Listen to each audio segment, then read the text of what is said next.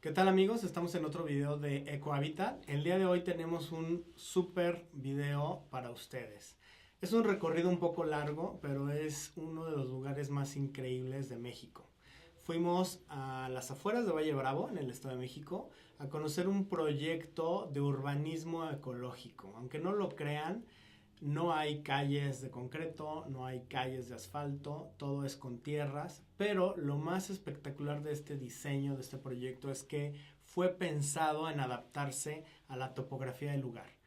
En la zona construyeron 9 lagos nuevos con todo un sistema de captación a través de modificar la topografía del terreno, reforestar, crear nuevos canales naturales con tierra que conectan y colectan el agua de lluvia, y creando estos nuevos lagos se almacena una gran cantidad de agua que hace que el desarrollo sea autosuficiente con un temporal de lluvia al año. Además, el proyecto tiene todos unos criterios muy ecológicos, como en pocos lugares se ven en México. Todas las casas están obligadas a tener sistemas de captación pluvial, de hacerse responsable de su consumo hídrico, tienen huertos, se permite tener algunos animales, por ejemplo como gallinas, para producción de huevo en tu propia finca, etcétera, ¿no? Además, todo el proyecto está diseñado en armonía con el medio ambiente en un predio que antes se usaba para pastar vacas, y ahora se está reforestando, está regresando la naturaleza a él. Hay una mayor biodiversidad, se está mejorando el microclima y se está convirtiendo en un lugar todavía mejor para vivir. En la parte de la entrada del predio incluso tienen su propio huerto agroecológico con un cultivo con el cual apenas está iniciando, pero que se espera que conforme avance el tiempo se pueda ir consolidando para una producción local alimentaria, ¿no?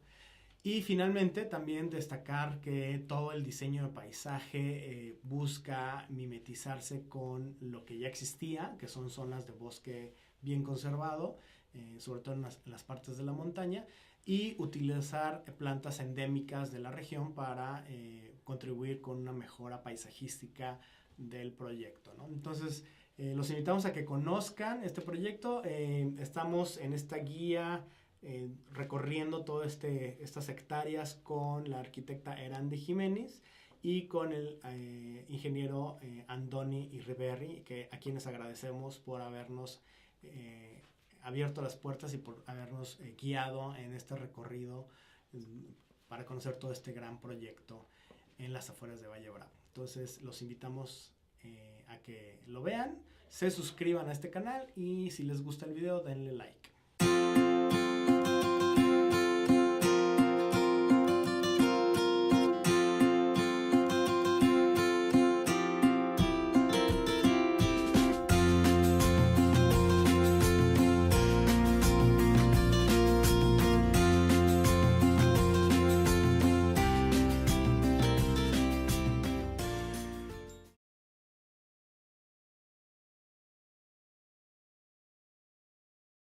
¿Qué tal? Nos encontramos el día de hoy por la zona de Valle Bravo, en el Estado de México. Estamos visitando un proyecto que se llama El Peñón. Los vamos a llevar a conocer este proyecto. Es una intervención en un lugar natural muy bonito, digamos que un bosque muy bien conservado. Pero el fraccionamiento tiene la particularidad que fue diseñado tomando en cuenta muchas consideraciones ambientales, ecológicas, y haciendo un diseño regenerativo del territorio para que fuera una mejor posibilidad. ¿Qué tal? Buenas tardes a todos. Estamos aquí en el proyecto que vamos a estar conociendo y recorriendo, sobre todo ciertos principios regenerativos. Vamos a estar explicando algunos principios del diseño para poder crear mejores proyectos. Y bueno, nos acompaña Erandi Jiménez Jack, que es arquitecta, y Andoni Iriberri, que es ingeniero civil y termoquímico y ingeniero en agua. ¿Algo quieres decir? Pues espero que aprendamos de este proceso juntos, como proceso y no como contenido solamente. Bienvenidos. Sí, que lo disfruten y que les sea de mucha utilidad. Y de inspiración. Gracias. Este sitio, como podemos ver, ya está intervenido y los lagos que ahorita observamos al fondo son lagos artificiales construidos precisamente para captar el agua pluvial, y todo el diseño del paisaje fue diseñado para cumplir con este fin, ¿no? Se hicieron estas terrazas para ir desviando el agua hacia el lago y poder crear este humedal que permitiera tener una mayor captación de agua pluvial. También el techo del edificio tiene un área verde, la cual también absorbe bastante agua, y podemos disfrutar de estas hermosas vistas en el lago artificial.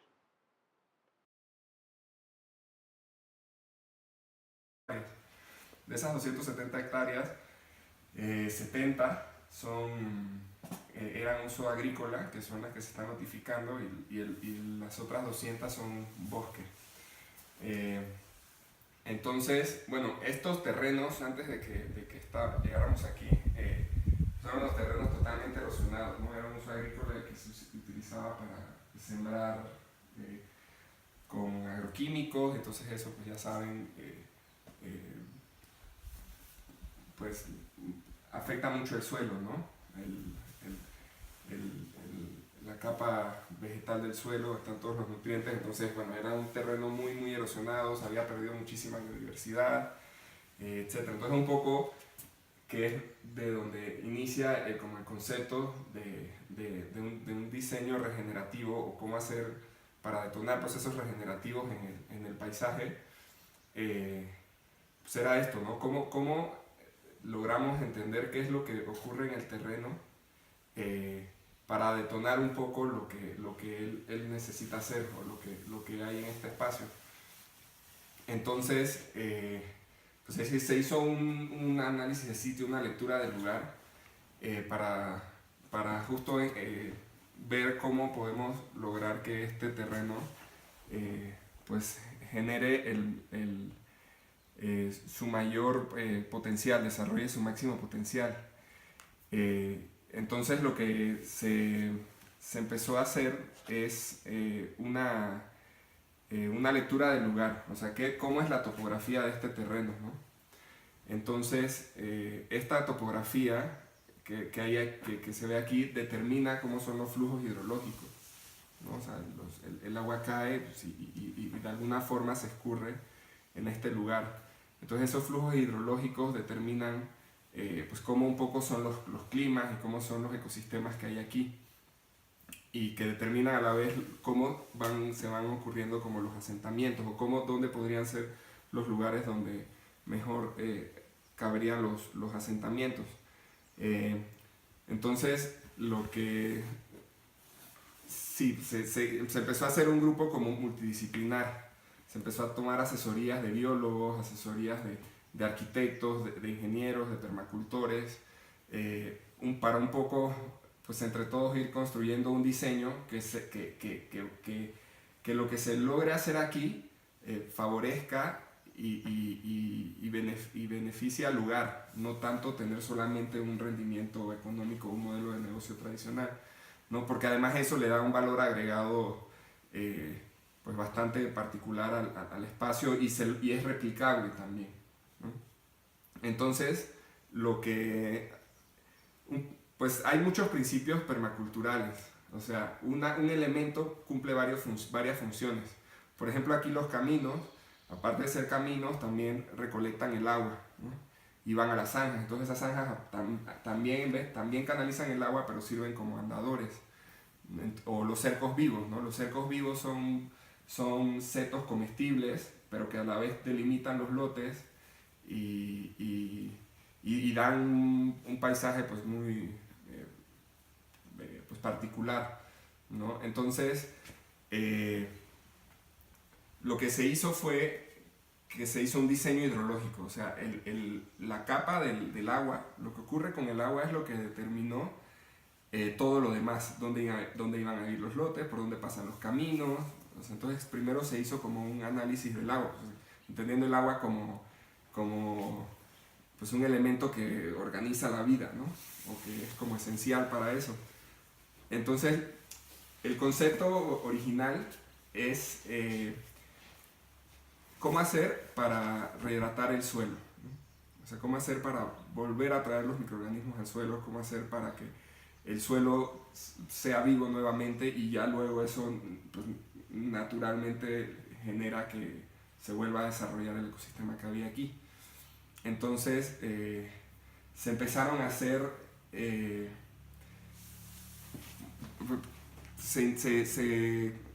se acordó entonces hacer como estas presas, ¿no? Estos lagos que están aquí. Entonces estas presas en total van a ser como 12 y vamos a recolectar como 200 millones de litros de agua.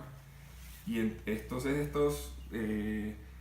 el agua es, bueno, para consumo, para ser autosustentables en agua, aquí dentro del proyecto, y además todos los excedentes van a las comunidades aledañas que están aquí. O sea, está la comunidad de Godínez, está la comunidad de La Albarrada, que también es como, bueno, no es solamente bueno, aislarlos de lo que ocurre alrededor, sino más bien pues, cómo ser de una manera cooperativa con los terrenos que hay al lado para generar como sinergias, ¿no? O sea, bueno, que yo tengo para intercambiar, ¿no?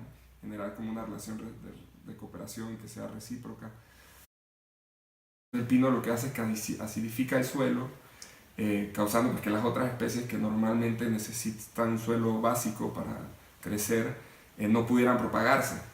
Entonces, también una de las primeras intervenciones fue empezar a sembrar como encinos y para de vuelta empezar a mantener este equilibrio. Porque si no, naturalmente lo que ocurre es que llega un incendio, ¿no? Porque el pino pues, es muy resinoso y como combustible. Combustible, exacto. Y bueno, eso fue una de las primeras cosas que se hicieron. Lo otro también que se pensó era, bueno, está bien toda esta idea bonita, vamos a regenerar y vamos a como a tratar de hacer de este espacio un lugar en donde conviva el hábitat humana con la naturaleza de una forma cooperativa, que sea armónica y tal, pero también, bueno, ¿cómo podemos hacer para luego comprobar que esto es cierto? ¿No? Entonces, pues se empezaron a crear como indicadores que podemos medir para ver si realmente se está regenerando o no el lugar y el ecosistema, ¿no? Entonces, por ejemplo, siempre se mide como la calidad del suelo, se empezó a ver la biodiversidad del lugar, qué tipo de especies habían, que la cantidad de población de las especies, se hacen también así pues relaciones con los vecinos de la comunidad también, ¿no? de cómo se sienten, qué piensan. O sea, entonces ellos, por ejemplo, nos decían, es que estos lugares, o sea, nosotros pasamos por aquí, ¿no? Nosotros necesitamos pasar por aquí porque estamos conectados a estas comunidades y aquí hay un sendero natural por donde siempre veníamos. Entonces ese tipo de cosas no lo hubiéramos podido saber si no hubiéramos logrado como generar un vínculo con ellos. Entonces eso también se toma en cuenta dentro del proyecto. Todos los límites son permeables, o sea, no hay una barra donde de que no puedes pasar, siempre está el bosque y por aquí pues todas las personas pueden pasar. Y sin embargo es un proyecto pues, privado donde se notifica y viene a vivir gente, ¿no? Entonces esos indicadores cada año se van midiendo para ver si es cierto que lo que estamos haciendo aquí pues funciona, ¿no? Y pues ahorita mismo pues efectivamente sí está ocurriendo. O sea que, por ejemplo, estos patos que ven aquí, que antes no había, pues, llegan solos. O sea, se han visto hurones que tampoco se habían estado en el primer levantamiento que se hizo. Ya están hablando hace como 2 semanas y nos dijeron que había un coyote, ¿no?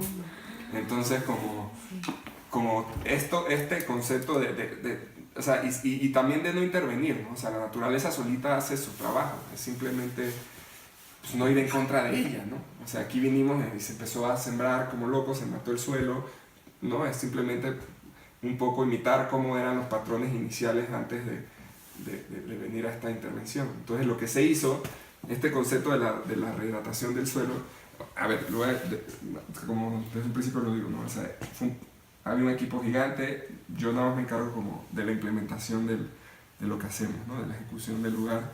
Esto, y ahorita vamos a comparar como lo que está ocurriendo aquí en la zona alta, que es un sistema que ya se está como como autorregulando, que ya se está regenerando en comparación con la parte de abajo, que está iniciándose ese proceso, ¿no? Entonces podemos ir comparando. Entonces, bueno, yo me encargo de eso. Entonces, mucho de lo que estoy hablando es pues una idea que vino del grupo de diseñadores, etc. Entonces, este concepto de la rehidratación del suelo tiene mucho que ver con hacer un manejo hidrológico del agua, ¿no? Entonces, bueno, esta maqueta está un poco así, pero esta es la zona más alta, que es el Sacamecates, que está hacia allá arriba. Ahorita lo vamos a ver. Y el resultado, como podemos ver, de todo este entendimiento de la topografía es espectacular. Se logra un muy buen proyecto paisajístico. Sí, exacto. Que todos estos cerros y toda esta parte de aquí es el área que es boscosa. Y esta parte de aquí, que son las partes planas, son las partes que se están notificando y donde se permite la vivienda. ¿Y ahorita dónde estamos ubicados? Ahorita estamos aquí. Estamos aquí justo en la terraza. Este es el lago. En esta parte del proyecto podemos ver cómo aquí está toda la zona reforestada con cercos vivos. Son plantas de locales que nos permiten crear una especie de barda, pero a través de las mismas plantas. Se podan y estas podas que se hacen aquí se vuelven a plantar en otras áreas de la esquina y se continúa reforestando las orillas del camino para hacer esta especie de cercos vivos. Con esto estamos mejorando la biodiversidad, ampliando zonas de refugio para más insectos y creando un microclima. Aquí estamos en una zona de borde, si se pueden acercar. Justo ahí termina el bosque. Ya no hay tantos árboles de pino y aquí en este punto de cambio cambia automáticamente el microclima, la humedad, la sensación térmica, y en cuanto entramos a esta parte del bosque, de este lado hay muchísima más humedad y es un clima completamente distinto a 3 metros de distancia. ¿Seguimos? Y estas zanjas tienen una doble función. Además de captar el agua pluvial, también le infiltran en la montaña para evitar la erosión. Ese gavión pues retiene sedimentos y permite que se mantenga el nivel del agua. Si lo tiras hasta allá, pues cuando está llena esta zanja se mantiene inundada. Entonces permite que se permee suave el agua y que se mantenga hidratado. Se inunda, desborda para acá y este cajón se inunda completo. Eso. Aquí esta pendiente, este cajón tiene una pendiente hacia allá y hacia acá. Okay. Entonces el agua entra y se va hacia allá, se va siempre en este borde y llega al agua, a la presa. Entonces cuando la presa empieza a subir su nivel, pues esto empieza a inundarse y entonces se rebosa en esta dala. Este es el punto máximo, del nivel máximo de agua es este. ¿Y de aquí a dónde cae? Y de ahí entonces se sigue encauzando hacia una presa que está hacia allá abajo. Más abajo. Más hacia abajo, sí. Está la pendiente hacia la izquierda. Entonces normalmente, eso lo vamos a ver ahora, pero estas presas, esta tiene como 4,5 metros de profundidad. Entonces en este acceso hay un empedrado para que el agua pues no erosione. Todo lo demás es sustratos y donde están, si se fijan, está rodeada de plantas acuáticas. Crecen muy rápido, ¿no? Entonces empezaron a propagarse y se hizo casi una plaga. Entonces luego fuimos como regulando los nutrientes que van en los sustratos y entonces, por ejemplo, las presas que estamos haciendo allá abajo tienen otro sustrato totalmente diferente a las que tienen estas. Estas están bastante cargadas de materia orgánica. Entonces, bueno, estas son tules, por ejemplo. O sea, es como imitar el patrón de un lago natural. O sea, hay plantas acuáticas que están en la superficie como esta, que están en el agua, pero están afuera. Hay otras que son un poco más profundas y otras que son totalmente subacuáticas. Entonces aquí hay, digamos, de las tres. Entonces estas plantas lo que hacen es oxigenan el agua, manteniéndolo limpio, ¿no? Planito. Hay un patrón como hexagonal. Okay.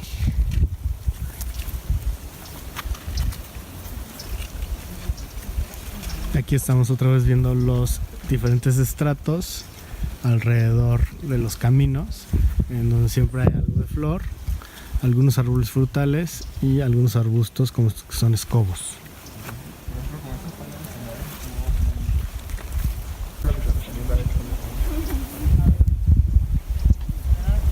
Continuando con el recorrido, en toda esta zona las futuras casas deben de cumplir con la captación de agua pluvial.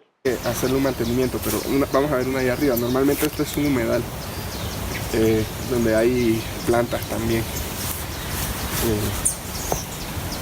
Sí, esto hay que arreglarlo.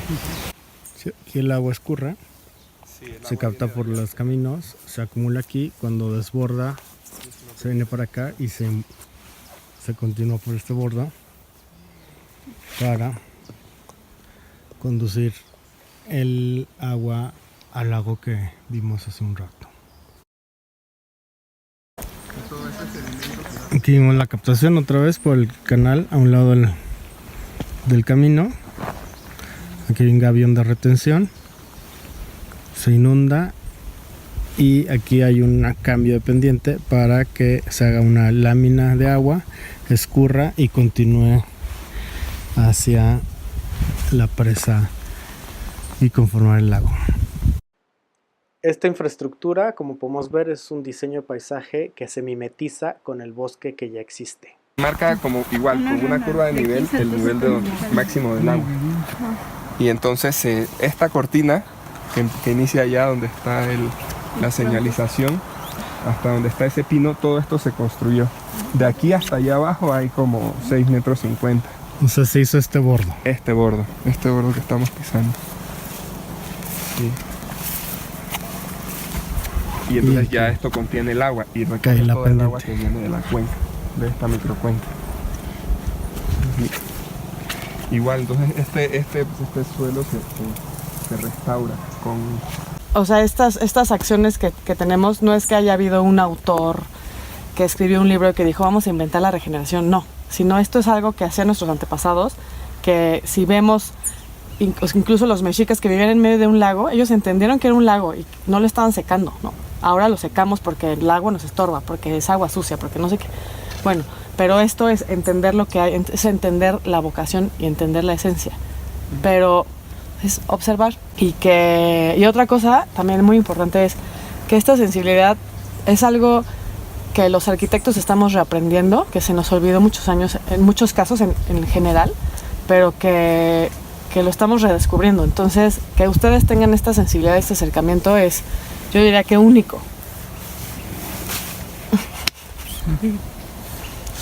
¿No? Entonces, de verdad. O sea, nosotros venimos de estudiar una maestría que se basa en proyectos regenerativos de todo, no nada más de arquitectura, pero es algo es como un nuevo entendimiento en la modernidad que no niega la tecnología, sino que pone a la naturaleza por arriba y usa la tecnología, claro, pero integrada, no aparte, ¿no? Porque viene mucho de descubrir qué es lo que hace único a ese lugar, o sea, qué es lo que hay aquí y entender los procesos del lugar y un poco esta observación es lo que a lo largo del tiempo es lo que te va ella misma mostrando lo que necesita, ¿no? Por eso esto de la paciencia, ¿no? O sea, porque al principio nosotros tuvimos una idea y hicimos una implementación pequeña, ¿no? Pero ya luego al observar 2 años, 1 año y medio, nos dimos cuenta que mira, esto que hicimos se puede mejorar de esta forma. Entonces vamos como aceptando como que al final la naturaleza y el lugar te enseñan lo que necesitas, ¿no? Entonces como aceptar que formamos parte de eso, o sea, y acercarnos con humildad, con respeto y no sentirnos superiores a eso y un poco saber leer lo que nos está diciendo para que la siguiente vez que se haga otra implementación se pueda mejorar, ¿no? Entonces es como tener conciencia de estos flujos de retroalimentación que se van dando en los procesos largos, con calma, con paciencia y eso, observar, ¿no? ¿Qué está pasando ahí? Ah, mira, este flujo por aquí se erosionó, ya sabemos que no tenemos que poner esta pendiente de esta forma, hacemos de esta otra. O mira, estas plantas que pusimos son un poco invasivas, o sea, como ir aceptando, ¿no? No decir, sí, esto es así, punto, ¿no? Y ya, y hacer a fuerzas que ocurra como yo quiero que ocurra, sino pues aceptar eso. Por eso también es como importante. Y luego ver cómo reacciona, cómo funciona el sistema en secas, cómo funciona en lluvias, cómo reacciona o funciona en verano, en primavera, en invierno, ¿no? Y a partir de ahí tomar decisiones en el proyecto, ¿no? Sí, totalmente. Sí. De los bosques templados en México, que hemos hablado de que húmedos, biodiversos, es un clima templado, pero a la vez la altura hace que sean estos bosques de pino encino, pero ¿qué tienen de características únicas? Salen de la nada los agaves y todo esto, ¿no? Ajá. Tenemos las orquídeas y esta vegetación más húmeda, como los helechos, son una vegetación típica de un bosque mesófilo de montaña. Los bosques mesófilos son más húmedos y más como de neblina. Pero en las cañadas de este tipo de bosques templados, en las cañadas que son más oscuras, se guarda la humedad, ¿no? Son estos como mini barrancas. Ahí se tiene como este mini ecosistema de bosque mesófilo de montaña, que aquí lo vemos. Bromelias, orquídeas, helechos. Podrían llegar a ver hasta lianas, sí hay lianas en los bosques templados. Y la otra mezcla es las xerófitas, que son los agaves y algunas podrían ser algunas como, no son necesariamente cactáceas, sino más bien son estas plantas como de hoja gordita que guarda agua. Porque de los altiplanos que están más al norte o zonas más secas, pues no es como que hay una raya y se acaba aquí, sino que, ¿no? Acuérdense de la biodiversidad, la mega biodiversidad de México es única, entonces lo podemos ver aquí. Y un poquito de los agaves. Pues estas xerófitas, justo, aunque este es un bosque templado, pero vemos esta en el sotobosque, que el sotobosque pues, son como los estratos más bajos, vemos esta mezcla de árboles frutales, encinos, vemos matorrales más chiquitos, zarzamoras, ciruelos y demás, que eso también es único de estos bosques templados, o sea que están como en climas templados, ¿no? Están cerca de los trópicos, eso no pasa en los bosques en el norte. Sí, y a nivel macro, como el eje neovolcánico es una zona de transición pues, increíble, ¿no? Y normalmente en las zonas de transición donde hay como contacto entre dos ecosistemas diferentes es donde más riqueza y más biodiversidad existe, ¿no? Porque ya no son espacios homogéneos, sino hay ahí una interacción muy rica que genera pues biodiversidad que solo se da en los lugares donde hay traslape de ecosistemas. Entonces eso ocurre justo en el eje neovolcánico transversal. Y aquí terminamos nuestro recorrido. Esperamos que les sirva de inspiración ver cómo se puede diseñar con la naturaleza y entenderla para crear hábitats humanos muy amigables con el medio ambiente. ¿Qué tal? ¿Qué les pareció? Verdaderamente increíble este trabajo de restauración, de regeneración del ecosistema y además presentar una manera alternativa de cómo el ser humano puede adaptar, cómo podemos vivir de mejor manera con la naturaleza, cómo la arquitectura puede tener una poesía con la naturaleza, tener mucho más respeto por la misma, crear nuevos humedales, crear nueva biodiversidad y poner la capacidad del ser humano al centro del diseño para construir entornos más sustentables, más naturales, regresar la naturaleza a las ciudades y generar mejores modos de vida, ¿no? Verdaderamente un proyecto muy inspirador. Agradecemos que nos hayan abierto las puertas para conocer este proyecto en México. Nos da, digamos, aliento y esperanza de que podemos hacer las ciudades de mejor manera, que podemos convivir y diseñar en armonía con la naturaleza. Entonces, definitivamente es un gran proyecto que conocer, mucho que aprender. Y finalmente pues aprendimos mucho del manejo de agua, del manejo de la topografía, del manejo del terreno, de la lectura del lugar, que es muy importante para poder diseñar un buen proyecto que se adapte al entorno. Si les gustó, compartan este video con personas que crean que les puede interesar, denle like y suscríbanse al canal. Vamos a estar siguiendo proyectos de este tipo en todo el territorio nacional. Invítenos si tienen algún proyecto de permacultura, de diseño ecológico relevante y podremos ir a conocerlo y hacer un pequeño reporte de estos proyectos en todo México. Aquí abajo también les vamos a poner una liga de otros proyectos que hemos estado visitando. En este caso vamos a poner la liga para conocer la mejor composta urbana y cómo hacer una muy buena composta en donde vives, en colaboración con tus vecinos. Entonces aquí abajo vamos a poner la liga si quieren seguir viendo este tipo de videos. Les agradecemos y esperamos se suscriban. Hasta pronto.